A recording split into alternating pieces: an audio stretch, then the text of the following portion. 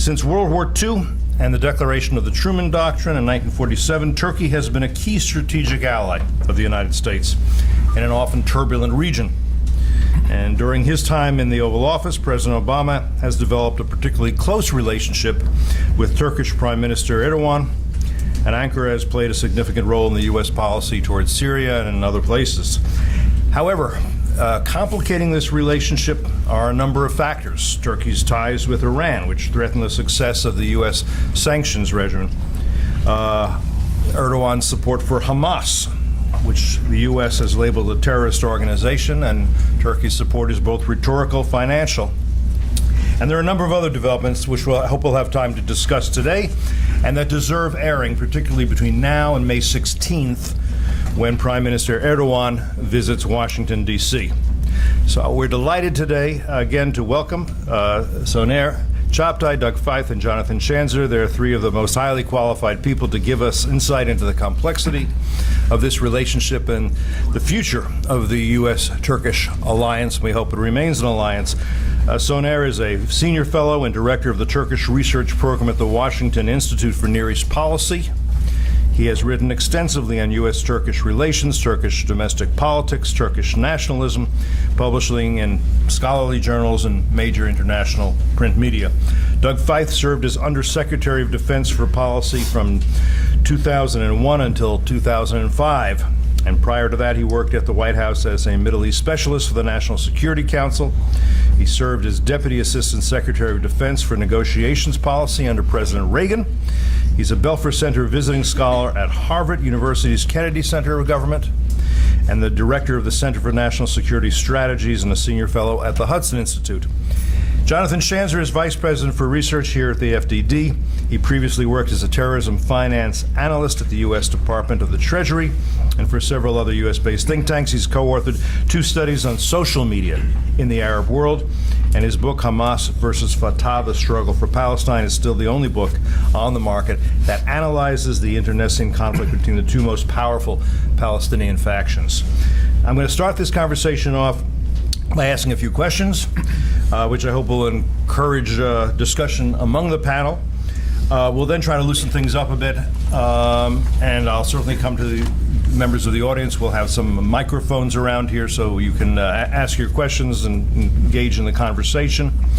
Tell your cell phones at least to vibrate, if you will. I think we're on the record today for everything, so no problem with that. I'm going to start with Soner and with some broad brush strokes. We'll get into specific issues later, but I have here a letter from yesterday to Jack Lew and John Kerry. It's signed by 46 members of Congress. It's a very polite letter.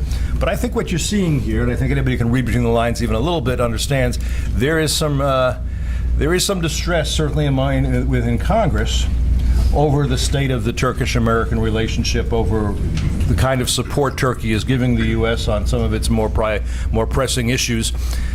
So why don't you just talk a little bit about where you see the state of Turkish-American relations? Are they in crisis? Are they in trouble?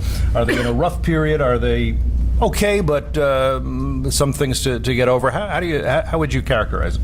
Thank you, Cliff, and good morning, everybody. I'm very happy to be here to kick off this panel on Turkish-U.S. ties and looking at the future, especially within the background of the civil war in Syria, a country with which Turkey shares a very long, 510-mile long border. And I'm saying that because I think Syria has so much impact in defining the future of Turkish-U.S. relations in the short term, given that Turkey is so exposed through that long border to anything that's happening in Syria and that will happen in Syria. But I'll start with answering Cliff's question. I would say the relationship has not been this good since the beginning of the Iraq War. So this is a significant improvement we have seen in the last couple of years, taken us to a level of close cooperation on a number of issues, with disagreements remaining, but close cooperation on a number of issues, especially Syria, and increasingly Iran, where you see a closer alignment. So this is, in a nutshell, a perspective. But what I'd like to do today is, and I was asked to take that role for the sake of a debate, is to explain and highlight what drives Turkey's foreign policy these days. And I'll be happy to take questions and comments from both my friends here in the panel and from the audience later on. I'll speak very briefly, but I just wanted to give you a tour of horizon. So I thought I would tell you a joke, but it's too early for me to tell a joke. It's never too early. No, it's very early. Instead, I will start with an anecdote. And this anecdote will tell you what's going on within the background of Turkish-U.S. relationship. The Turkish-Israeli rapprochement, makeup. There was so much talk in this town for the last couple of years about when and if and how it would happen. The question was not, would it not happen? The question is under what circumstances and what will be the right time frame. So during President Obama's visit to Israel, a lot of people anticipated that there will be some kind of a rapprochement coming forward. Obviously, people who had followed the relationship closely had already realizing that the two countries were in touch. There were, for example, secret talks, military talks in 2012 to discuss Syria's chemical weapons. I guess they're not secret anymore. And the idea was to build, some kind of a contingency planning for the day after, for when the Assad regime fell. So the anticipation was that Turkey and Israel would make up. But the way the makeup came up, I think, is how, this is the anecdote, and kind of encapsulates the status of Turkish-U.S. relations. Just as he's about to leave Israel's Ben Gurion airport, President Obama is having Turkish kebabs, by the way, with Netanyahu, I was told. And he calls Erdogan, he says, that's it. I have Netanyahu here, talk to him, take his apology, let's move forward. The apology was issued, or as the Israelis call it, a non-apology apology. The Turkish side took it. And I think the rapprochement came forward for two reasons. One, the plea came personally from President Obama. It's something Erdogan could not have refused. This it speaks in volumes about the status of Turkish-U.S. relationship. It is a personal relationship led by heads of government in both capitals, who are both invested in this relationship and who actually are seeing eye to eye in some issues, and when they don't see eye to eye, they can talk and convince each other. And I think Obama's ability to bring Erdogan on board in terms of rapprochement with Israel speaks in volumes to this. The second part of it is the two countries decided to make up, I think, because they are increasingly looking at Syria and seeing similar threats. Not same, but similar threats, and realizing that they're better talking to each other than not talking to each other. Threat number one, obviously, is the huge amount of chemical weapons in the arsenal of the Assad regime. The fear in both capitals is, what if they proliferate? What if they fall in wrong hands? And what do we do? And I think, just as I highlighted, that there have been contacts to discuss chemical weapons. Part of that reasoning also was the leitmotif that drove the two countries to start establish diplomatic ties again, because obviously Syria is not getting any better, but is spiraling into further chaos.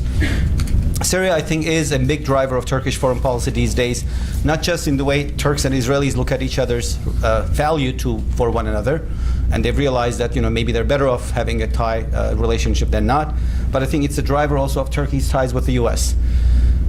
In the sense that this is, I would say, the most existential threat Turkey has faced since Stalin asked for Istanbul and the Bosphorus in 1948. And you know that you don't ask for Istanbul from the Turks, they go crazy. So that's what pushed the Turks into NATO. It was such a existential threat as the Turks saw it that they said, oh, this guy's really serious, he's going to come.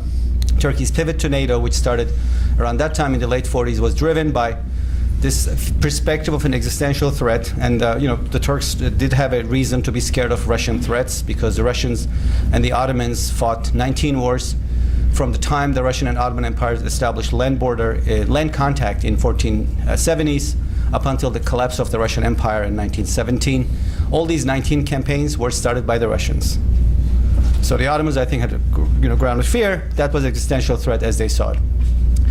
The civil war in Syria comes pretty close to it, in the sense that this is the first time Turkey has a conflict next door in which it is actively pursuing a policy of regime change, in which that policy of regime change, Ankara is not certain it will succeed anytime soon, and the ramifications and the spill out of that failure, or a lengthy process in which Turkey is involved but the regime change does not come forward, is too scary for Ankara to bear on its own. So the Turkish fear is get as many allies as you can, including NATO and the United States, to make sure that Turkey is safeguarded from the fallout of Syria. Whether it is provocative attacks by the Assad regime, whether it is the sectarian spillover of the conflict into Turkey, whether it's the ethnic spillover of the conflict into Turkey, whether the fact that the PKK, a terrorist group on the State Department's list of foreign terrorist organizations, has a strong presence in Syria, whether, despite ongoing peace talks between Turkey and the PKK, whether this could haunt Turkey from Syria because the group or its Syrian affiliates control a number of exclaves in northern Syria next to Turkish territory. Turkey has a huge number of fears, and I think some of this is related to direct spillover threat. Some of it is related to indirect spillover threat. And what I mean by that is Turkey has done, if you followed the country's economy, Turkey has done phenomenal in the last decade. Growing at an annual 6% average, and some years, recording a growth rate that's second only next to China. So it's doing really well economically. This has been a phenomenal decade. It's similar to the miraculous decades of '60s in some European countries, when these countries went from being war-torn societies, not that Turkey was war-torn, but to turning into extremely wealthy societies in a matter of decade or so. This is Turkey's miraculous decade in terms of economic success. A lot of this success is driven by a unique asset that Turkey has compared to its neighbors: economic and political stability. Without indulging in too much schadenfreude, I would say Turkey's luck is that its neighbors are unlucky. Its European neighbors are economically collapsing. Its Middle Eastern neighbors are going through political repulsions. Turkey is the only country that sits in this huge area of the world which is stable, therefore attracting a huge amount of investment, both portfolio and direct investment, which is driving Turkish growth, which is driving the success case. All of that hinges on very thin veneer of continued economic and political stability. This is where Syria comes in. The moment Turkey is involved as a party to this conflict, whether or not it wants to get involved, and for whatever reason it wants to get involved, it will be seen by the international investors as yet one more unstable country in an unstable region. And I think that's potentially the end of Turkey's miraculous economic growth. Everybody in Turkey knows this, and that's one more reason why Turkey has to make sure that Syria stays out of Turkey. And hence Turkey's pivot to the US and to NATO in even stronger terms. So I would say, so long as the Syria conflict festers, and actually I would add one more thing, the more it becomes chaotic, the more Turkey's pivot towards the United States and towards NATO for protection and for cover. Final factor after Obama, Erdogan, and Syria is the third issue, which is the 6,000-pound elephant in Ankara, which is Iran. If you go to Ankara and you ask policymakers whether Iran is a concern or threat, the answer is no. But if you read it between the lines, Iran is seen as the chief competitor to Turkish interests in the region for a variety of reasons. In Syria, the two countries are locked in a proxy war, right? Turkey supports and arms the rebels, according to media reports. It arms it according to people who go there. Syrian opposition is all across the Turkish landscape, obviously. It's not an accident that most of the areas liberated in Syria are in northern Syria next to the Turkish border. That's because of strong Turkish support that flows in one direction into Syria compared to other countries where support has not been forthcoming necessarily among other neighbors in the volume that you have seen from Turkey. Iran supports the regime. The two countries, Iran and Turkey, are locked in a proxy war in Syria, which I think is driving Turkish fears. Because if Syria is an existential threat, that could threaten Turkey's stability and its economic growth. Who is behind that existential threat? It's Iran. So therefore, Iran is only 1 degree away from that existential threat that's hovering on the horizon.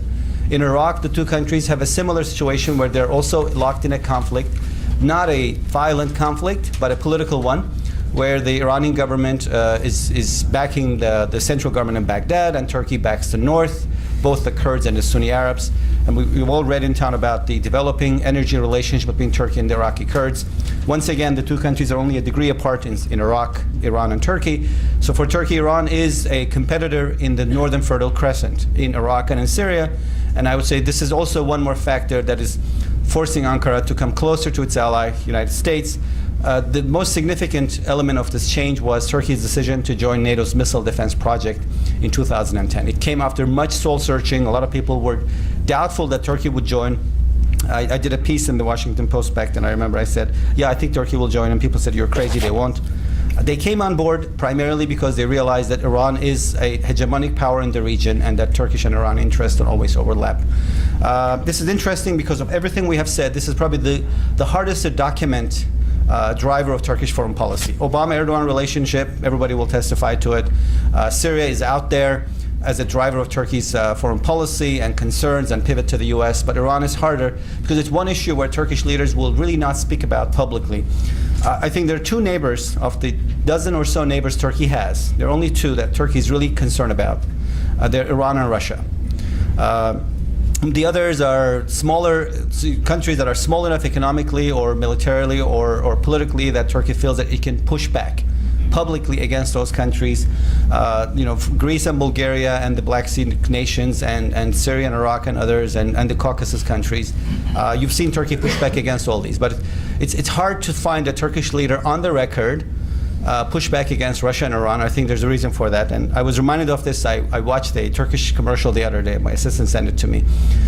So the Turkish lady walks into the kitchen, turns on hot water, gas goes on. You can hear gas pumping in the heater in the background. Suddenly the Red Army chorus appears in the room and starts singing. And the commercial says, "Are you aware that we're dependent on Russia for 75% of our gas?"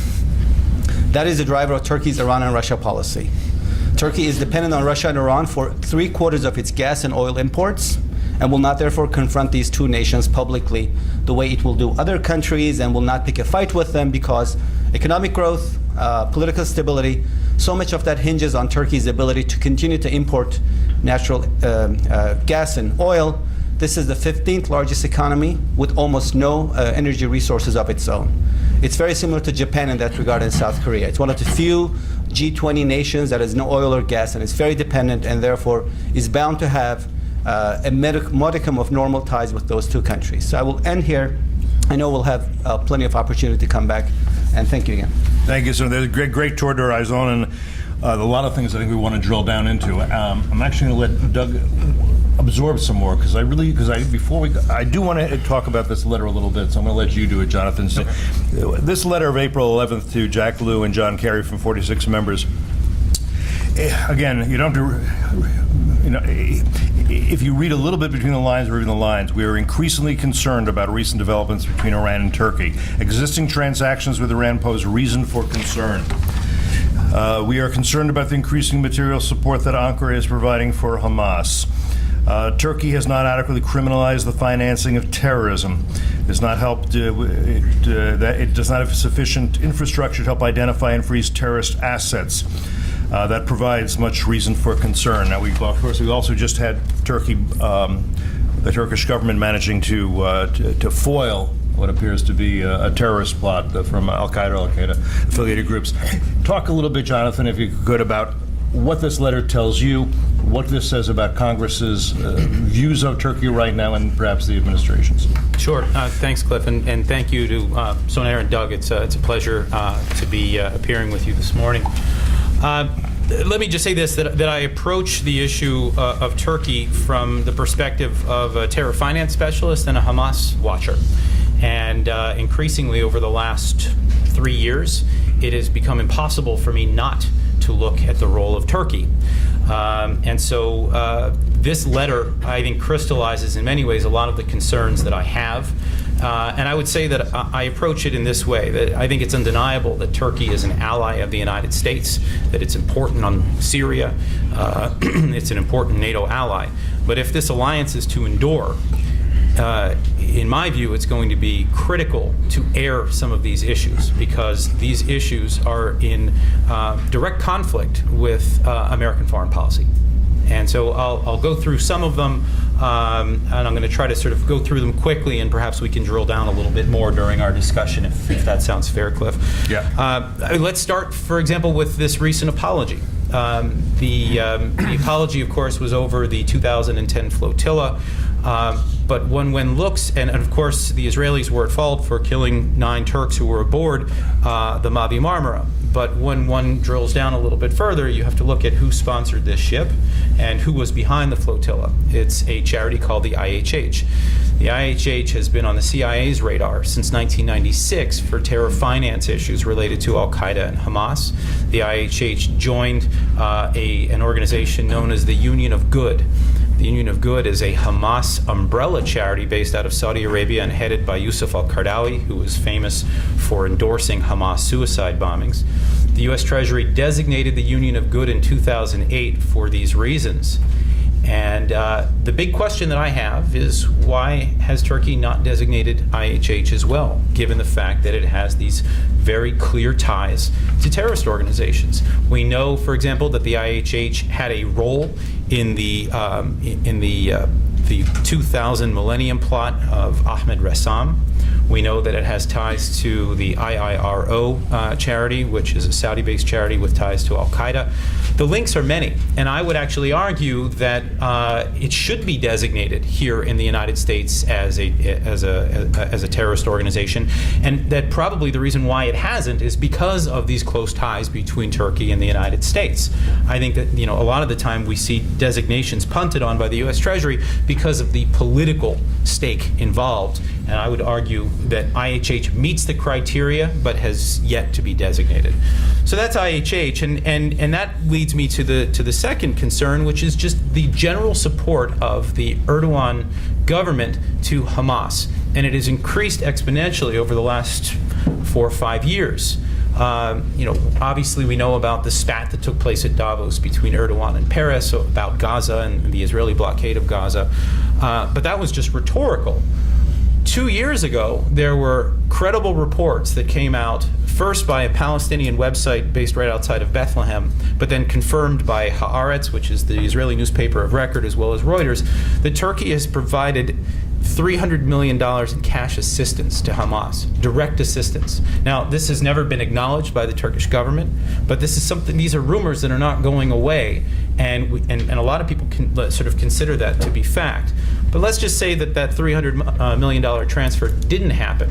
We also continue to see what we call material support to the Hamas government. We see money being furnished to the Hamas government for mosques, for hospitals, for infrastructure. There's a great deal of Turkish products that appear on Gaza supermarket shelves. And so what we see here is the assistance of the Erdogan government to a terrorist state. One that we have, American foreign policy is to isolate the Hamas government and to hopefully lead it to a place of failure so that the Abbas government in the West Bank can retake control of the Palestinian territories. And so what you see is this policy that is clearly at odds with the United States, no matter how you slice it, and that continues to be troubling to me. Then there is the question of Iran, and we just heard Sonair talk about how Turks are clearly concerned with Iran, with its support for Syria, with its nuclear program. But yet at the same time, we have seen an extremely troubling trend, the term that is being used in the financial community as gas for gold.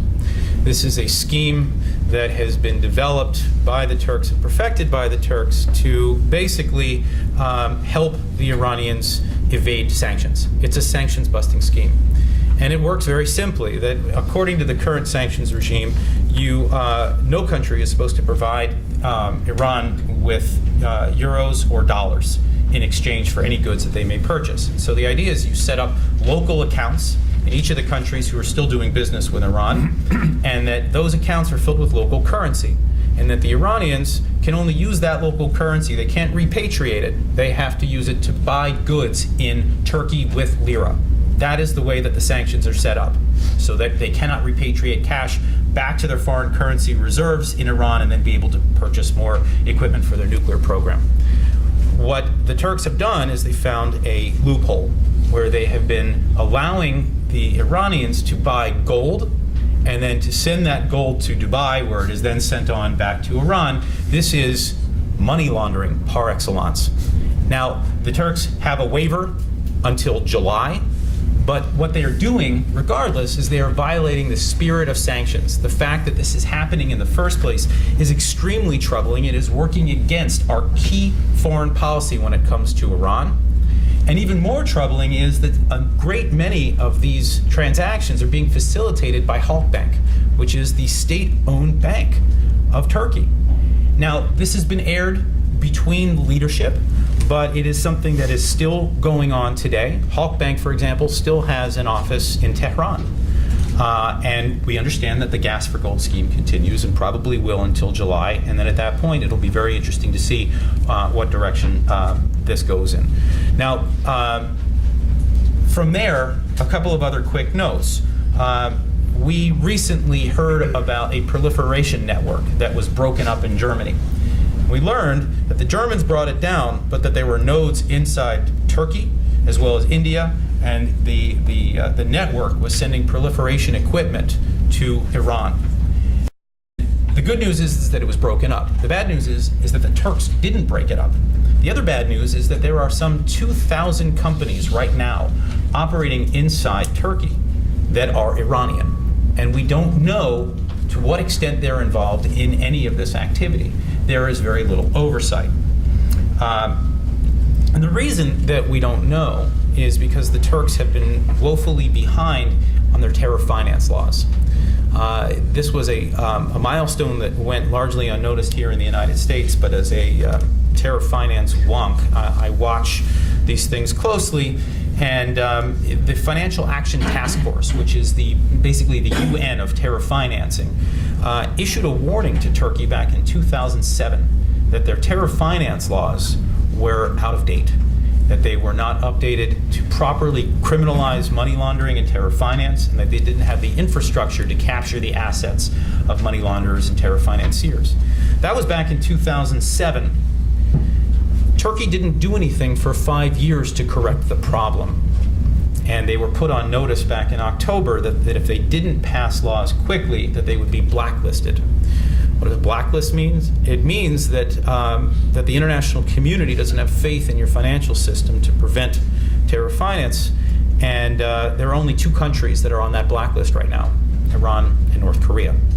Now, the Turks, to their credit, passed a law at the 11th hour back in, I think it was in early February, or maybe it was late January.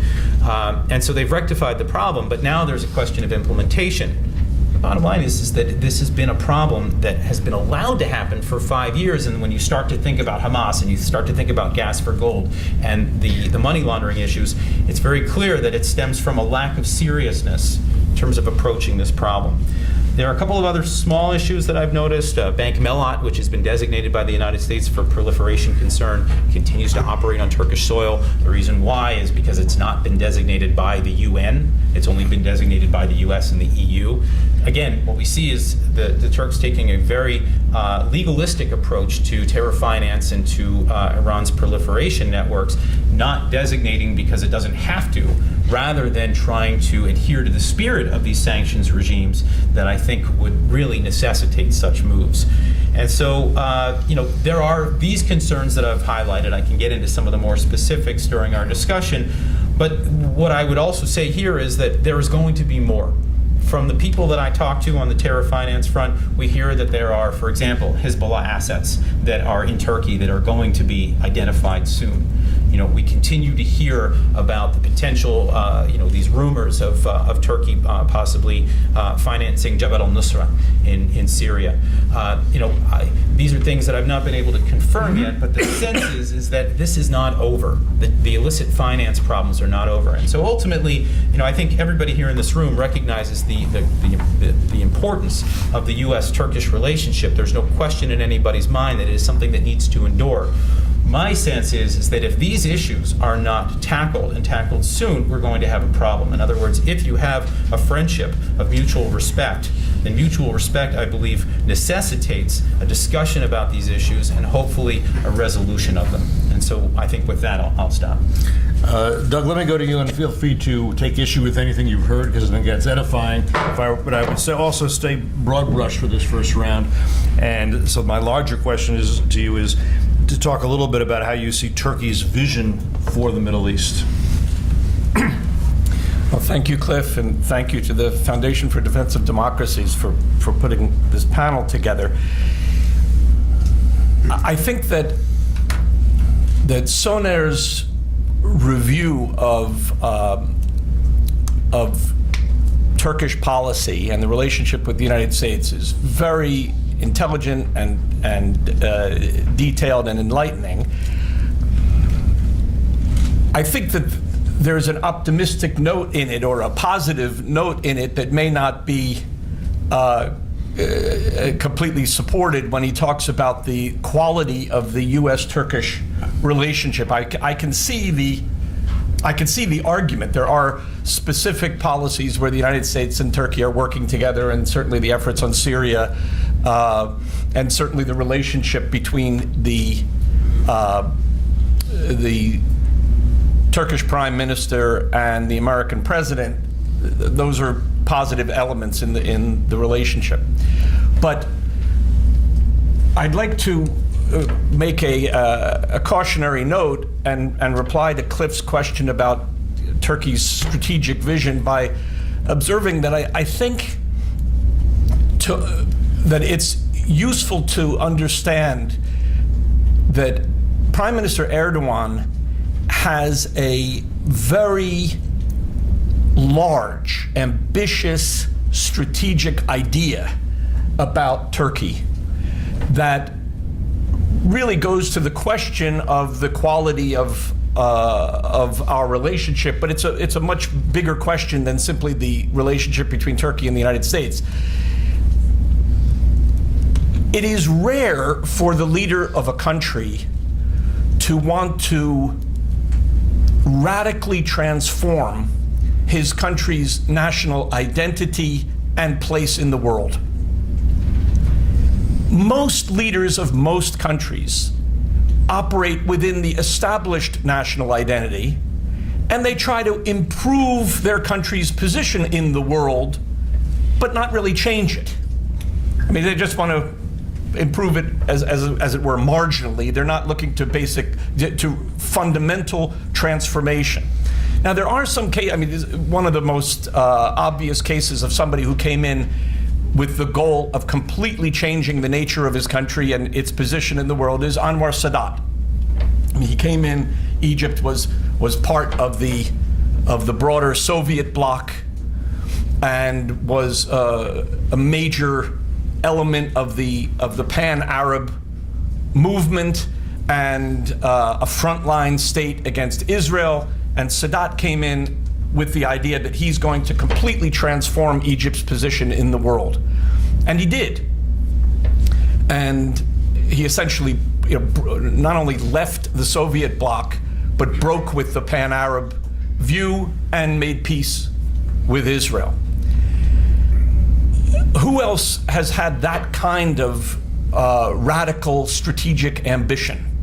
Well, Mustafa Kemal Ataturk decided that he wanted to transform Turkey in a very radical fashion, transform its national identity, transform its place in the world, change it from being a what was quaintly termed an Oriental empire into a Western liberal democratic nation state. Very ambitious, very radical agenda. Erdogan, I believe, has an ambition that is every bit as large as that of Sadat or his predecessor, Ataturk. And his goal, it appears, is to literally reorient Turkey, which is to say to turn it to the east. And Ataturk's goal had been essentially to sever or reduce the connections, the ties between Turkey and the Arab and Muslim worlds, and turn Turkey toward the West and emulate Western liberal democratic institutions and education, and even changing the alphabet to make it easier for people to have access to the European languages. Erdogan has a different view, and I think he wants to change Turkey's place in the world, that instead of and change the way Turks think of themselves. And his Islamist agenda is quite a clear departure from the Kemalist line, the Ataturk line, that prevailed in Turkey for basically since the beginning of the Republic until the accession to power of the AKP in 2002. And now, governing is not a matter of coming up with a recipe, even a strategic recipe, and then simply applying it. Governing is complex. There are all kinds of cross currents.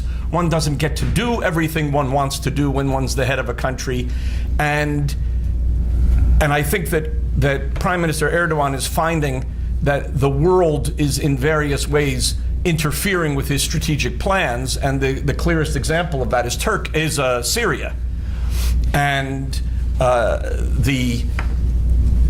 think that Soner has very correctly highlighted the danger that Syria represents to the whole concept of Turkey being able to enjoy at one and the same time this radical transformation, but political stability that is the foundation for its economic good news. And so the various world events have caused Erdogan to tack every once in a while, and so he's not, monotonically pursuing his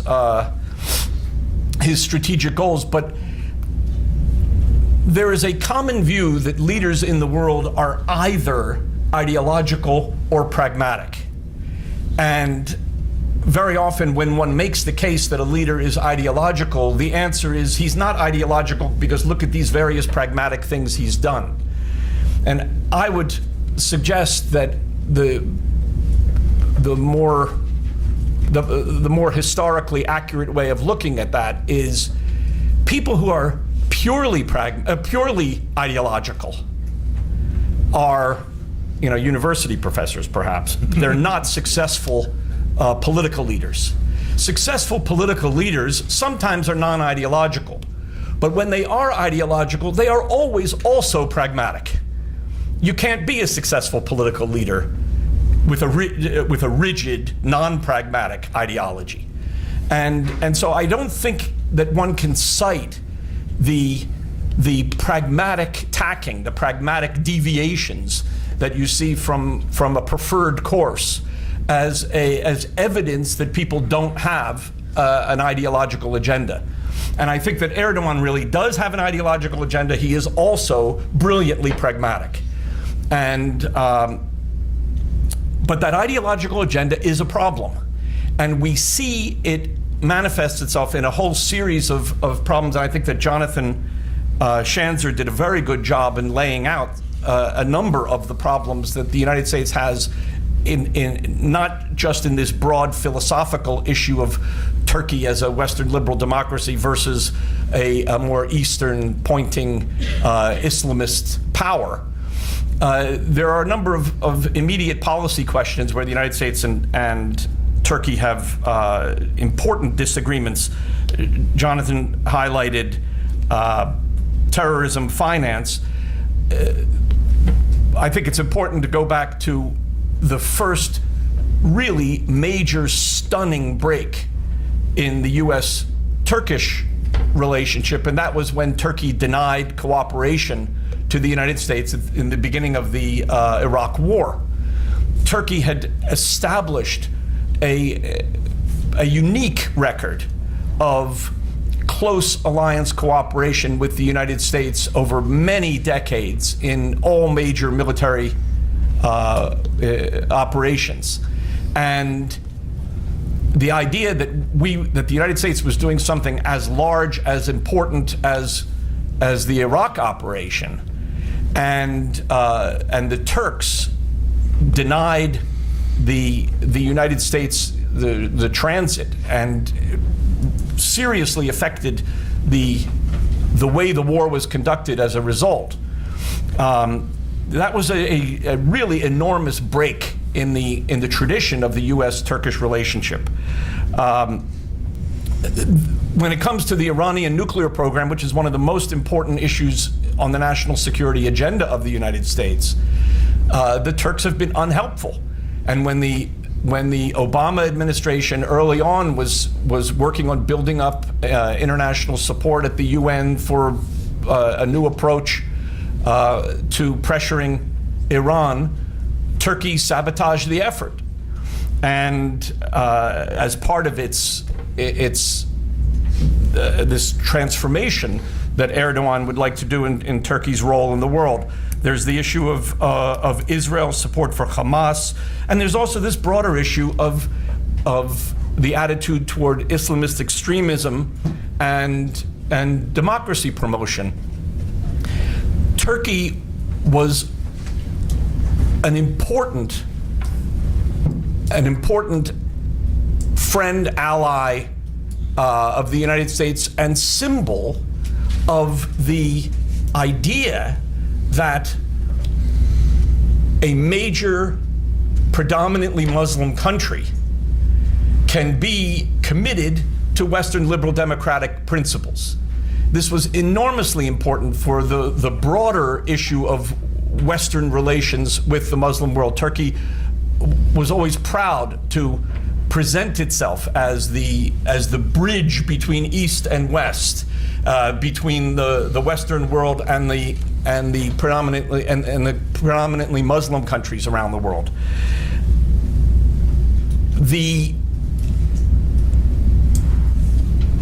The support that the Turkish government now gives to various Islamist parties is a bit of a problem, but maybe even a bigger problem are the challenges to liberal democratic practices and institutions in Turkey. And something that I think is important to mention, and on this I'll stop, but it's a very troubling note, is Erdogan has spoken of democracy in a disrespectful fashion that is really stunning, especially in light of some of the practices of his government. The idea of democracy as a trolley car that one rides to one's destination and then gets off of. And that's a stunning remark, very troubling remark. The Erdogan government has put more journalists in jail, I believe this is true as of now, than have been imprisoned by any other government in the world, including China and Russia. The Erdogan government has put hundreds of senior military officers in jail for lengthy periods of time, in many cases with no charges, based on broad, vague talk about conspiracy theories. There have also been there are a number of reports of businessmen who were jailed, and the Erdogan government getting itself involved in the kind of corruption that the AK party fought and was able, by fighting, to win an enormous amount of popular support in Turkey. The resentment about the anti-corruption fighters gaining power and then themselves becoming corrupt has been dampened by the fact that overall the economic picture in Turkey, as was pointed out earlier, has improved so enormously over the last 10 years, and that's very much to the credit of the Erdogan government, but it's not an excuse for the corruption.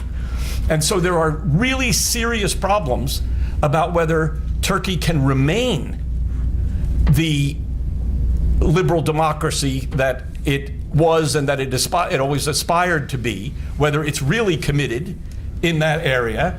I know there are a lot of debates about this, and there's some people who've said that putting the general officers of the military in jail is good for Turkish democracy. Well, not when you put them in jail and you don't charge them, and you hold them as political opponents without any kind of due process.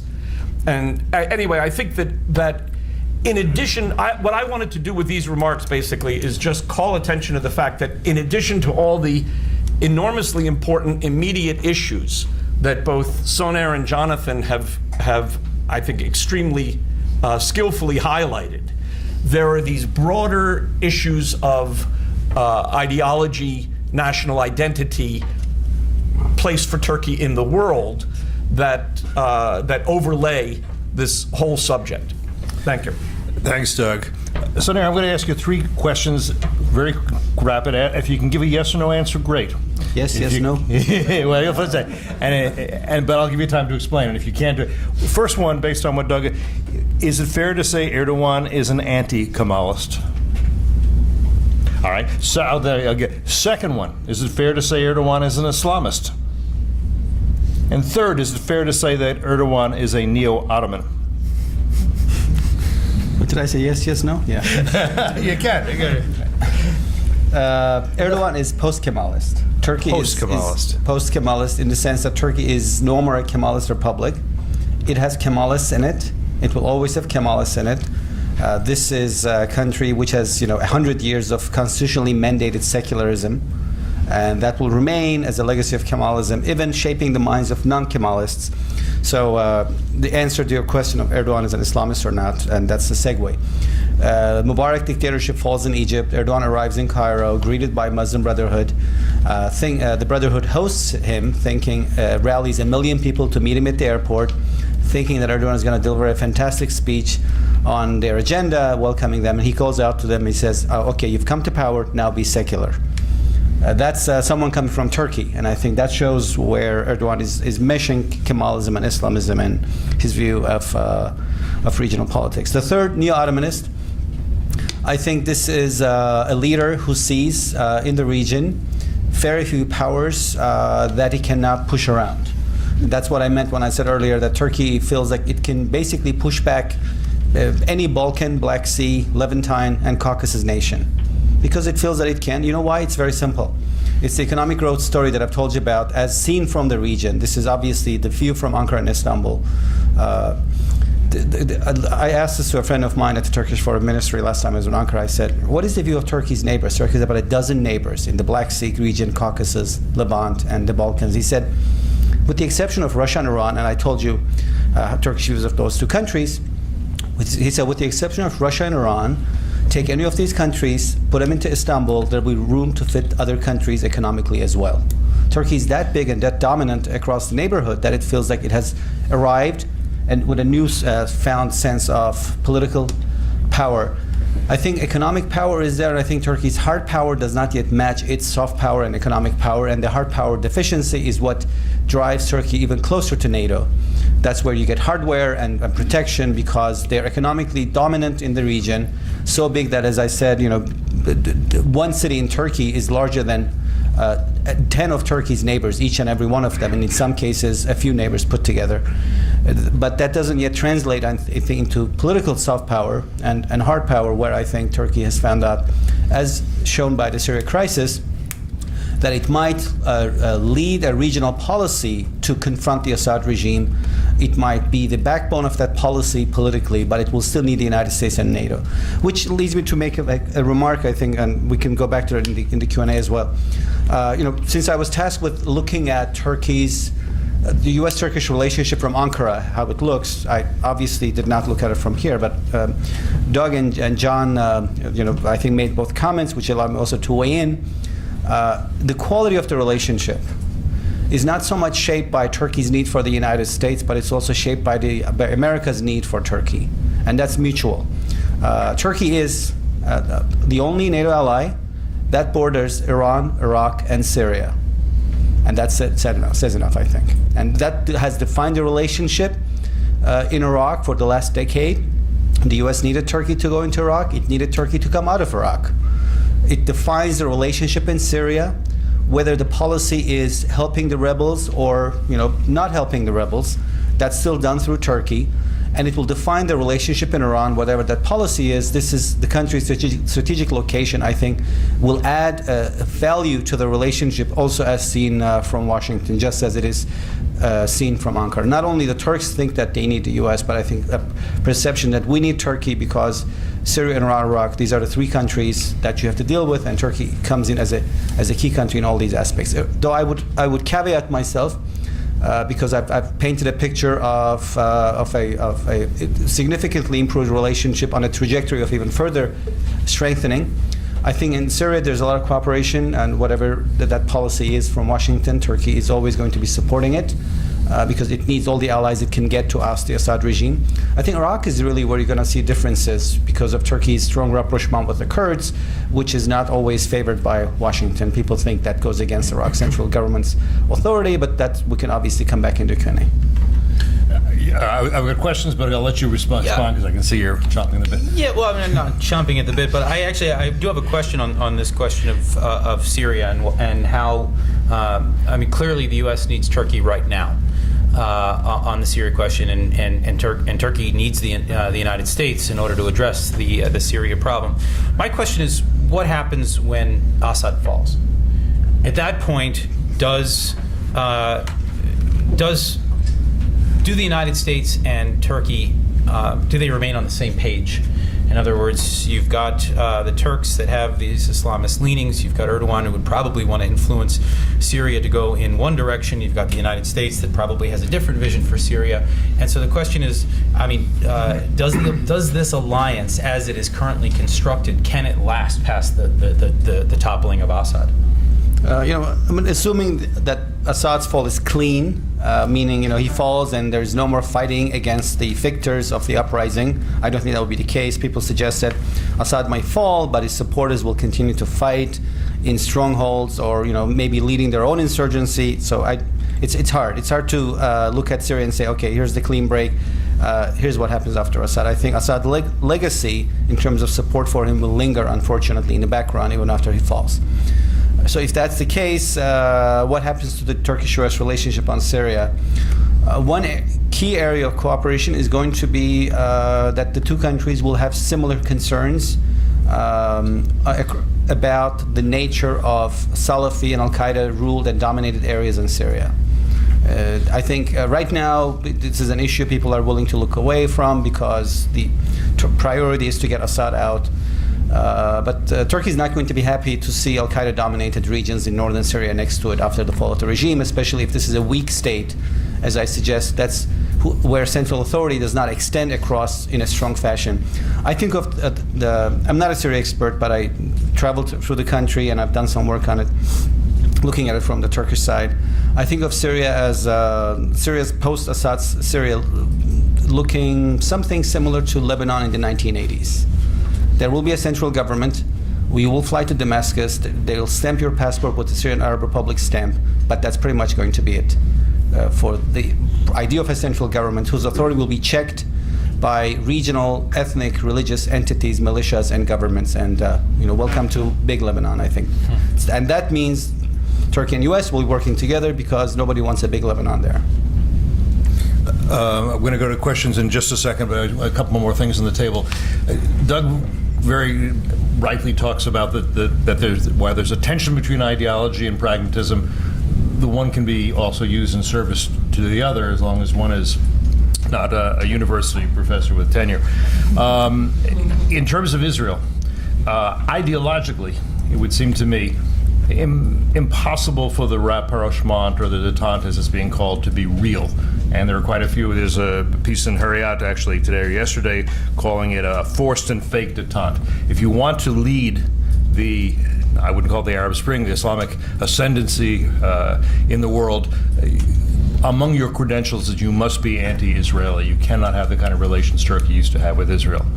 At the same time, from a pragmatic viewpoint, economic relations between Turkey and Israel are rather important and rather beneficial for Turkey, probably more beneficial for Turkey than, in fact, for Israel, although Israel clearly wants them.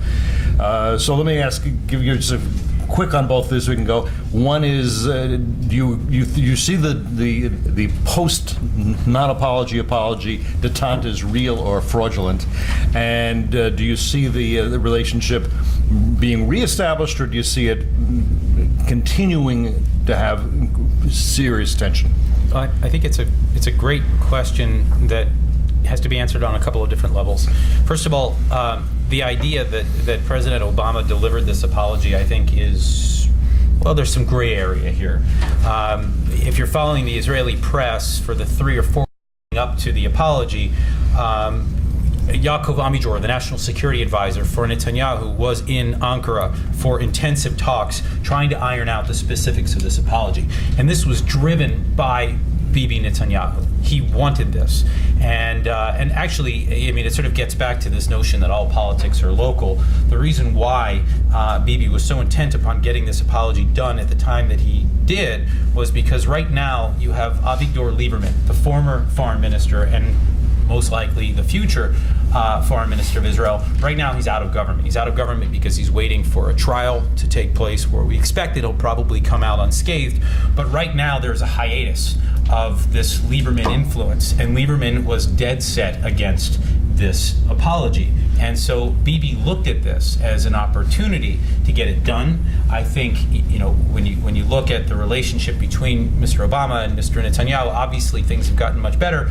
But I think that at the end of the day, I think Netanyahu handed Mr. Obama this victory. It's not to say that Obama didn't deliver Erdogan in some way, but this was driven by the Israelis. The Israelis absolutely want this relationship. They want it because they look around the region right now, and the Arab Spring is daunting. You don't have a lot of warm relations with these regional states, and the Israelis very much valued this relationship with the Turks. This was their outlet to the Muslim world, and they very much wanted to bring it back. I think if you go to Turkey, you'll see that there are Turks that, I mean, I think in general, Erdogan's Hamas policy, for example, doesn't necessarily resonate among the average Turk. I mean, they probably look at Israel as a cash cow. They look at Israel as a great trading partner. They look at Israelis going to the southern coast of Turkey and infusing it with cash through tourism. And so, I think on both of these levels, I think you have every reason to believe that the apology can stick and that rapprochement can remain. The issue is these policy problems that I highlighted in my initial remarks. If Turkey continues to be a patron, and I will say very clearly, it is a patron of Hamas. There are three of them. There's Egypt, there's Qatar, and there's Turkey. And you actually know how important it is because there is a Hamas representative who lives in Turkey right now. His name is Saleh Aruri, and he is basically the ambassador to Turkey from Hamas. This is a problem for the Israelis. Now, the Israelis look at this as potentially something that's helpful as well because, well, maybe the Turks can help moderate and temper the Hamas position. But at the end of the day, what you see is a patron-client relationship that is troubling for the Israelis. This idea of sanctions busting is very problematic for the Israelis. I can tell you that the Israelis who are looking at sanctions and looking at the holes, I've heard very specifically that Turkey is a major problem, that the gold trade in particular, but other things as well. And these are the things that are ultimately going to be the stumbling blocks for this rapprochement to remain. So can I ask you to give a very brief answer, because then I want to go to questions, keep on schedule. There are good practical reasons why Turkey and Israel would each want to improve relations. But I would highlight the statement that Prime Minister Erdogan made, whatever it was, a week or two ago, where he made an analogy between Zionism and fascism or Nazism. But think of it this way.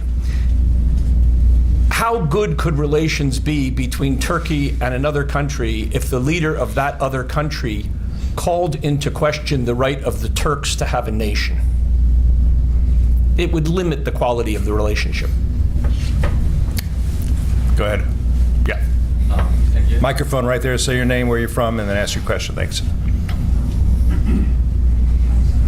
Okay. Hi, my name is Schanzer. I work for the American Enterprise Institute as an intern for Michael Rubin right now. I came here 2 weeks from Germany and also worked in German-Iranian trade relations. I'll probably have 1,000 questions because I'm familiar with the works of other panelists here whom I admire a great deal. I think, though, one piece is missing in the whole picture, and that is the I'm sorry, is the microphone not working? I can hear it. It's okay? Okay. We got it. Yeah. What's missing is the gas race in the Eastern Mediterranean with the gas finding in front of the coasts of Cyprus and Israel, And I think that influences like the equation to a great deal. I mean, there's the possibility of building a pipeline to Turkey, on which the Israelis offered in the wake of the apology. And there's also like unresolved issues with Cyprus and everything. So I think also on the economic front, Turkey would have a vital interest in engaging closer with Israel, with NATO and the US. At the same time, you know, there's all the problems involved in the process that Jonathan spoke of.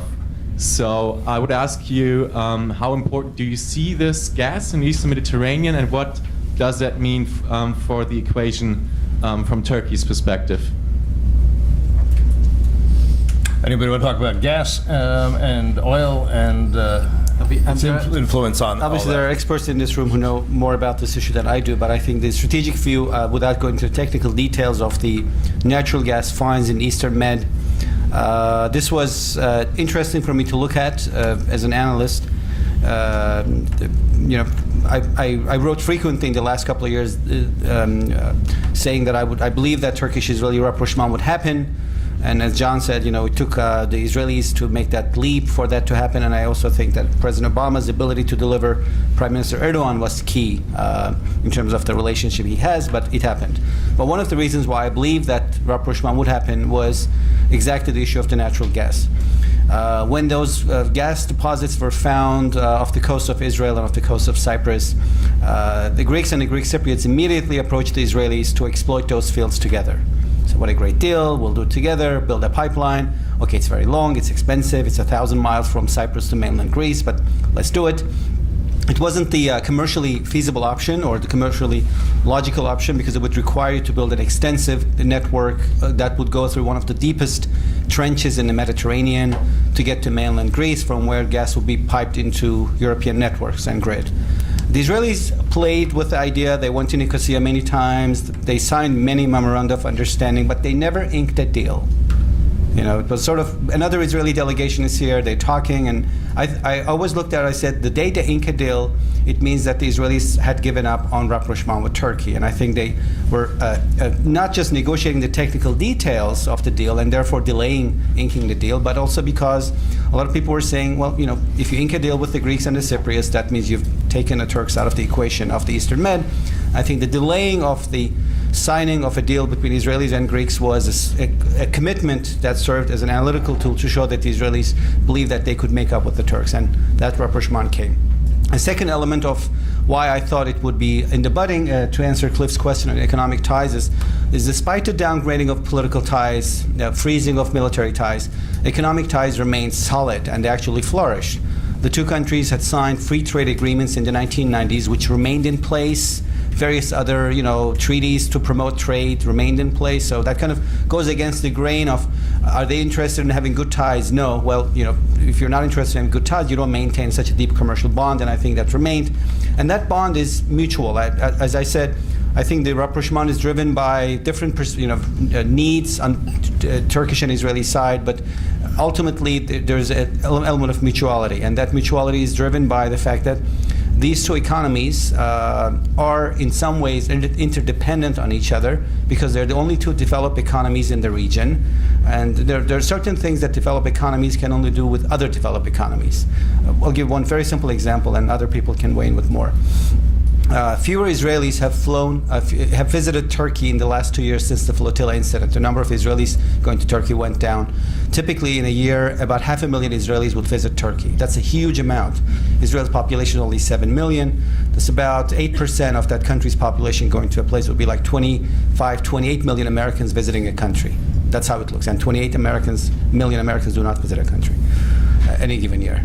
So it's a huge amount of tourism, massive amounts of people going there. That number was halved, so it went down to 200,000. But here's your quiz question, see if you're awake. Although fewer Israelis visited Turkey after the flotilla incident on an annual basis, more Israelis started to fly to Turkey. There were more Turkish Airlines flights going from Tel Aviv to Istanbul than in the years before the flotilla incident, because Istanbul is Israel's Atlanta. It's where the Israelis fly if they're gonna go anywhere else in the world, because it's a major hub. Turkish Airlines gives them great deals and good food too, you know. Obviously, this idea of economic interdependency, I think the fact that despite the downturn in the relationship, this remained a bond. And on top of it, you know, whether or not the Israelis were seeing the same, but I think consumers were making choices, right, with their wallets by deciding that they're going to fly from Istanbul to wherever they're going next. That not only suggests a high level of economic interdependency, which is, I think, the reason why trade never collapsed, actually flourished, but also shows that, a lot of Israelis decided that Istanbul was that place. They did not necessarily decide not to go, despite the fact that the relationship had a downturn.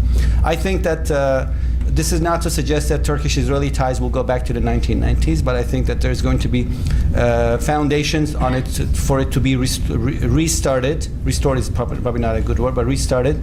And the economic basis is going to be a strong element of it. There are many other aspects of this relationship that I'm not allowed to talk about that flourished in the last 2 years, suggesting economic interdependence. I'll give you only one. Despite the flotilla incidents, aftermath, the downgrading of political ties.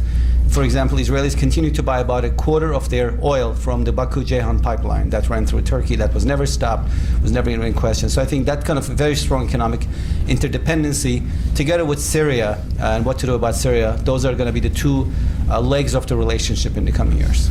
And Senator, I should say, you're allowed to talk about absolutely anything here. This is an intellectual free trade zone. No, Let's go. I'll go to John. Thank you. John Hanna from FDD. One subject that wasn't raised by anybody, to my surprise, is this whole issue of the Turkish constitution and Erdogan's attempt to, let's say, amend the constitution. The whole Kurdish question within Turkey is an absolutely vital part of that, and it goes to Doug's whole question of this unbelievably ambitious agenda. It might be the final chapter in the story, this historic story of Erdogan to transform Turkey and Turkish identity, to turn himself into effect the de Gaulle of Turkey. I wonder if both Soner and maybe Doug can just comment on what are the implications of this for Turkey and Turkish foreign policy, and for Doug in particular, how should the Americans now think about this project of Erdogan's that presumably will be completed within, if on his time schedule, before the 2014 elections and in a year?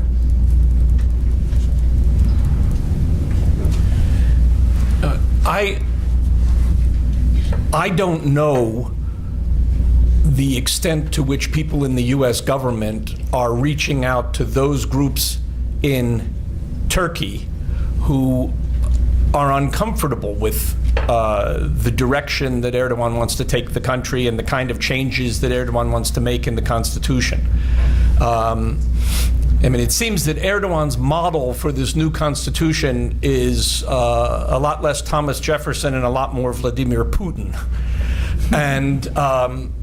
And what he's looking to do is build up the power of the presidency so that he can move from the position of prime minister to president and have the very substantial political power as president. How he's going to handle lots of the technical issues that really make a country more free or less free is a large question. And you're right. It's in these kinds of things that don't get into the newspaper every day because they are technical and they're very much to the domestic concern of Turkey. But it's those kinds of questions that are going to affect, to a large extent, the question of what kind of country Turkey is, not only domestically but in the world. And as I said, I don't know whether the United States is active. Obviously, if we're active, we would have to be active in a way that is properly respectful of Turkey as a free country and as a sovereign country and as a country that has a right to make its own decisions about its own constitution. But even so, we should know what the nature of the controversies are, and we should be in touch with people throughout the country. And something that concerns me is the closeness of the relationship between President Obama and Prime Minister Erdogan may be dampening any activity by U.S. officials in reaching out to have better understanding of the concerns of Erdogan's political opponents. And I don't think it's a violation of Turkish sovereignty for us to to know more and have better contacts with and have a greater understanding of the nature of the political debate within the country. Joe.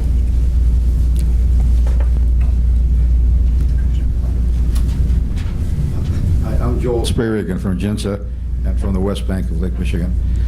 My question is mainly to my friend Sonair, from whom I've learned so much, but what Doug just said leads into it. The overriding point that I want to ask you about is understanding the prickly sensitivity of Turks who are entitled to be proud of what they've built.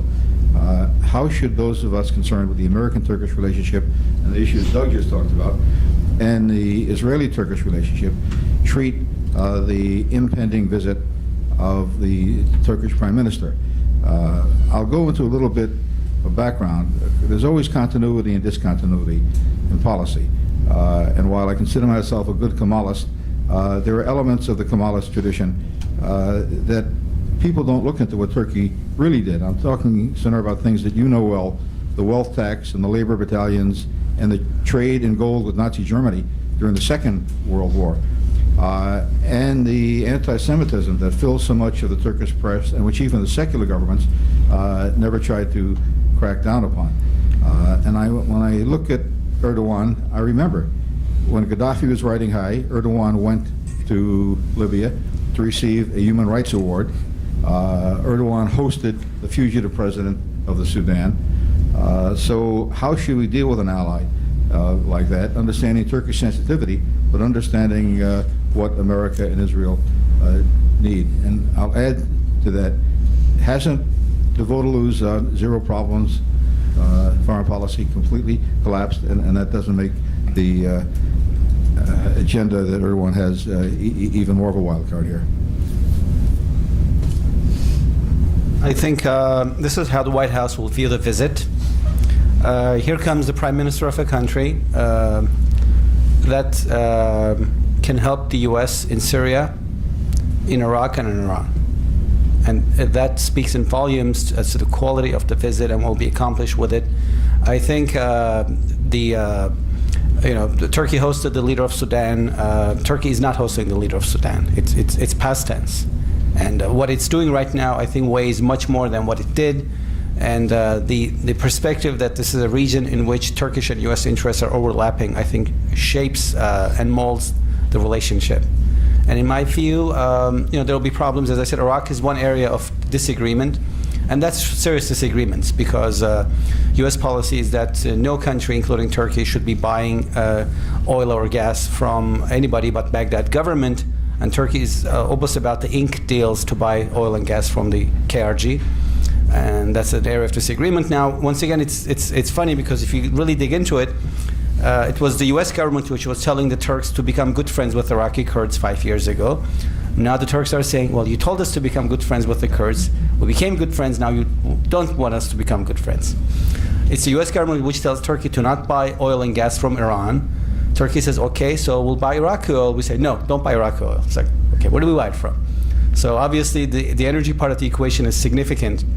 And I think, with all due respect to John's comments on what's going on in the oil and gas front, especially natural gas, not so much for oil. Natural gas is a commodity where you can't just make deals on a daily basis. These are long-term contracts where countries sign up for two reasons. Because gas prices are, not spot prices, but long-term prices. You basically commit to buy or pay for the next 30 years.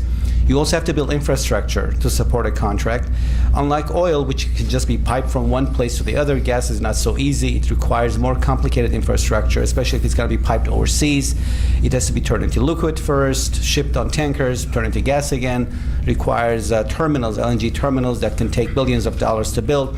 So the point I'm trying to make is natural gas is not a commodity in which a country can stop importing if it decides at the whim from one country and switch to another. It takes multi-year commitment, if not a decade-long commitment, for Turkey to stop buying any gas or oil, especially gas from Iran or Russia, and switch to another country. So I think that underlines the difficulty that Turkey is trying to go through, and saying, well, we can decrease, but we can't stop.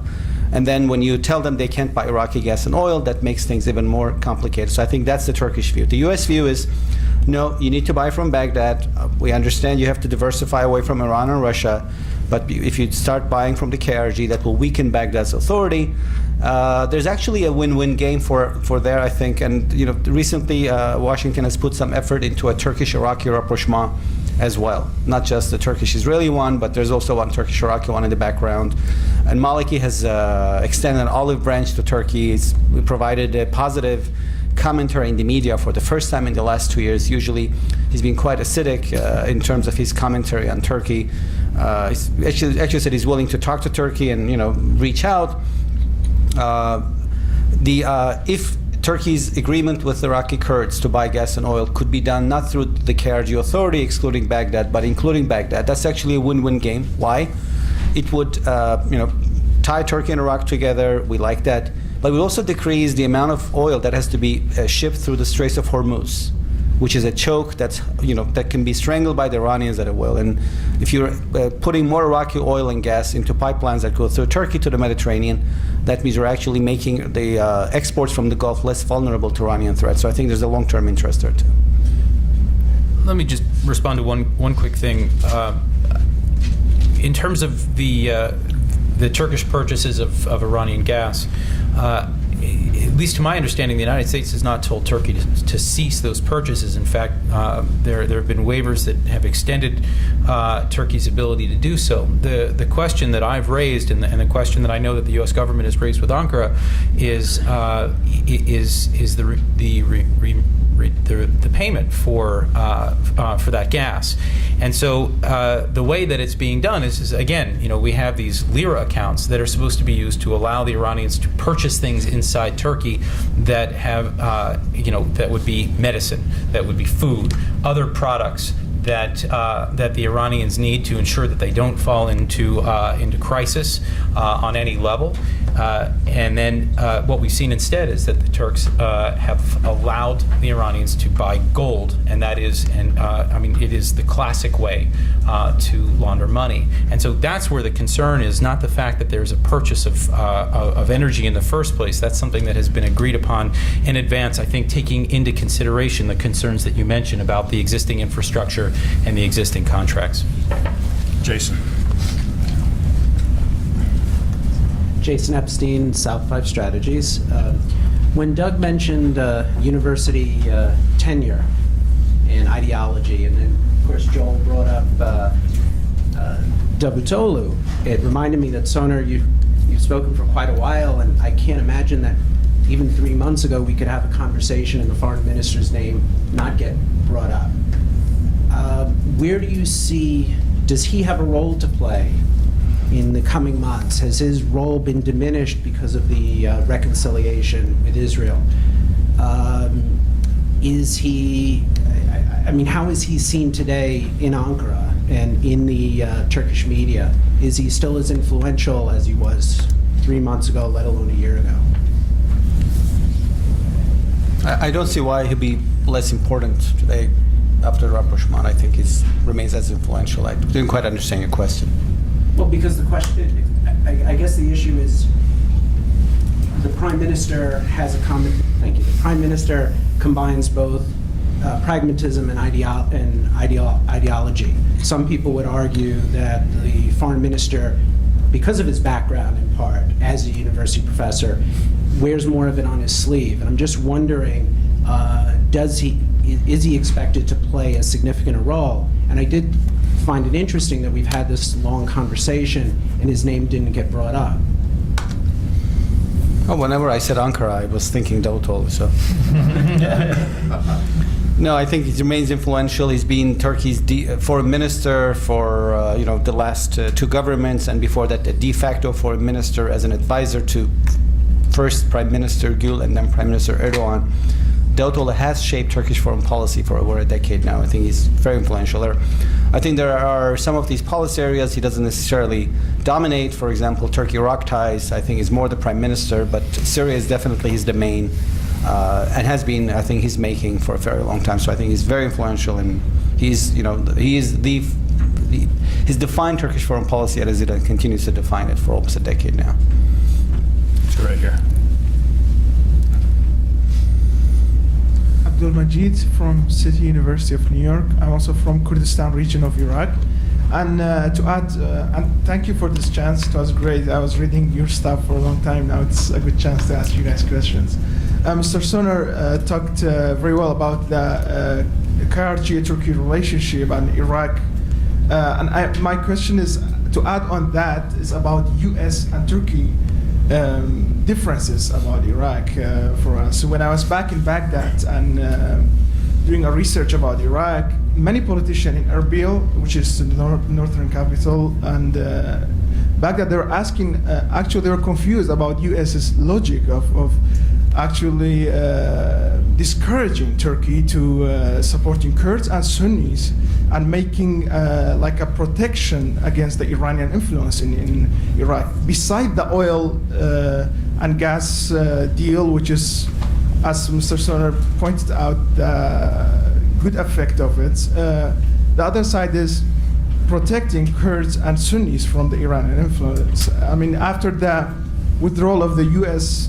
troops, we basically were facing those threats from Iran, and without the Turkish umbrella, let's say, that would have been impossible. The question here is, what's the logic besides not letting Maliki, the person, to go to Iran further?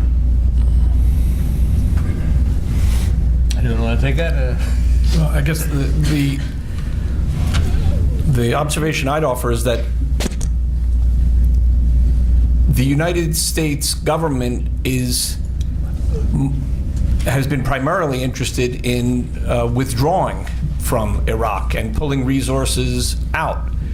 And I mean, having strong opinions about what should happen someplace that you're withdrawing from, I mean, it's kind of an empty exercise to develop strong opinions when you're reducing your ability to influence the area. And so I think that you've highlighted real dilemmas, and these are real problems for the Kurds, real problems for Turkey, Iraq, and for the United States. But I think that the view of the Obama administration is, as interesting as all of that is, it's even more important that we just back out. And so I think look at the position we've taken in Syria. I mean, we have all kinds of interest in Syria, but the Obama administration has basically said, whatever interests we have are not as important as staying out or leading from behind or whatever label they want to attach to this policy of not very deep engagement. We have time for one more question, and if you, as you answer this question, any concluding thoughts you have, this is the time for it. My name is Feith from the Embassy of Turkey. I would like to thank all of you for your presentations.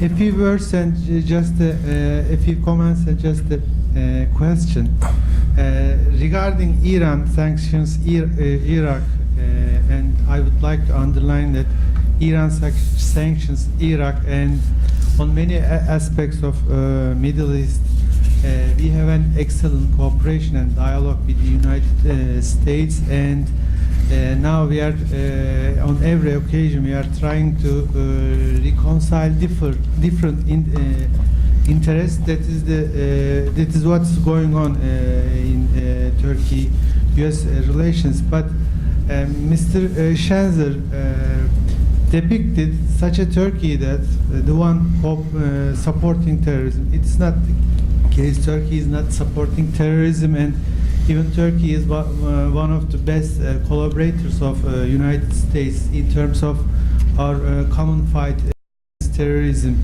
And regarding Mr. Feith's comments, reorientation of Turkey, it's turning east. As a Turkish diplomat, I'm not aware of such policies pursued in Turkey.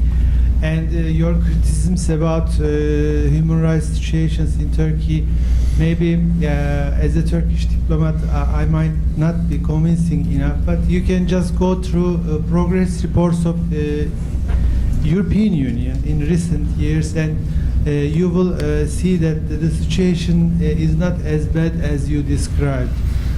And my question to Mr. Schanzer, what kind of Turkey do you imagine, do you expect in Middle East? I mean, the one totally isolated itself and the one without its own agenda?